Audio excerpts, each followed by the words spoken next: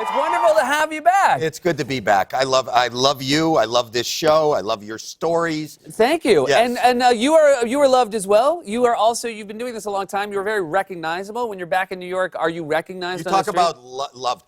You know, I am in New York, and I'm here. Well, obviously, Yeah. I'm here promoting, Deal or No Deal on CNBC. But when I'm in New York, as opposed to where I live in Los Angeles, you are much more exposed Yes. to people. You know, you show up at a back door in LA and you go in and you don't see people, but here, walking across the street from the Today Show or here or in the lobby, there's people around. And I've learned a 10-second rule. And the 10-second rule that I have learned is once somebody approaches you and they're very nice to you and they give you a compliment, you better leave within 10 seconds because it turns ugly. I have somebody will come up to me and say, I saw you promoting Deal or No Deal on CNBC. I love that show. And I go, thank you.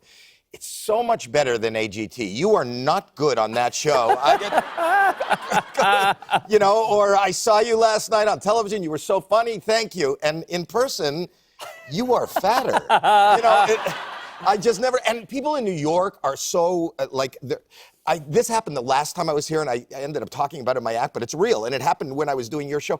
I met somebody downstairs, and they go, Howie Mandel? And I go, yes. And they go, I love you. From the time I was a kid, I watched Bobby's World. I watched St. Elsewhere. We watch AGT. We watch everything you do. I just love you. And I said, well, what are you doing? What are you doing now? They go, we're tourists. We're just hanging around, but we're from New York. And I go, well, I'm going upstairs. I'm doing Seth Meyers. You could probably come with me. You want to come up? And they just said, nah. Nah. Howie, I feel like that story reflects badly on me. Like, they love everything you've been in, and the first time they said no was when you tried to get them to see me. Think about this. You have been talking to me for more than 10 seconds. That's true. I made the mistake. I want to ask about this. You have been very open about you were a germaphobe. You don't like. I am. You are. Yes. It's very hard for me. I'm always around people. Yeah. I fly. Well, that's the thing. I feel, obviously I know now we're not going to shake hands. We're going to bump fists. But you get on a plane is a plane. It doesn't care. You're right. Yeah.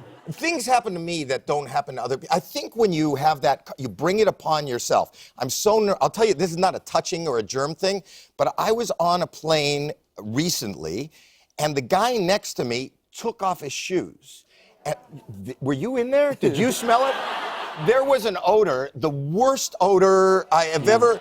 And you can't say to the guy, so I went up front and I spoke to the flight attendant and I said, the guy beside me took off the shoes and I can't breathe and it's just horrible. Is there any way will you? And she says, I'll take care of it.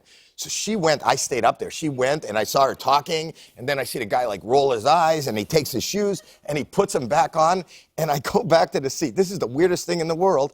It turns out it wasn't his feet, his ankles stink. Oh, so even when the shoes went back on, the smell was still there. The audience. How does that happen? And how do you know it's his ankles? This guy had stinky ankles. His feet were like flowers, but his ankles were like rotting. He had rotten ankles. Yeah. You got to take care of that, and you got to know that. When you first started doing Deal or No Deal, 2005, I guess it was, yes? Right. Yes. You had some hesitation because, obviously you've been a comedian for a long time and you thought it might affect your comedy cred, which I would imagine, I think all comedians have those moments where in 2005, if you think back, no comedian had been hosting a game show since, Groucho Marx or, maybe Johnny Carson for decades. And when your currency is irony and you're dealing in comedy, I think the host of a game show was the Punchline. So when I wasn't doing good at that time. In 2005, I wasn't being booked in a lot of places. I wasn't that out there. My career was waning. I was thinking of quitting. And then I get the call from NBC at the time, can you come do Deal or No Deal? And I said, no. And then they explained the game to me, and I said, even more reason, no. There's no game, right? It's just, there's no skill. We're just going to open cases. What am I going to do for an hour? And then I went home, and I told my wife, she goes, are you going to do it? And I said, no. And she goes, why? I said, because it'll put the nail in the coffin of what's left of my career. And she said, where are you standing right now? And I said, we're in the kitchen. And she said, Howie, this is your career.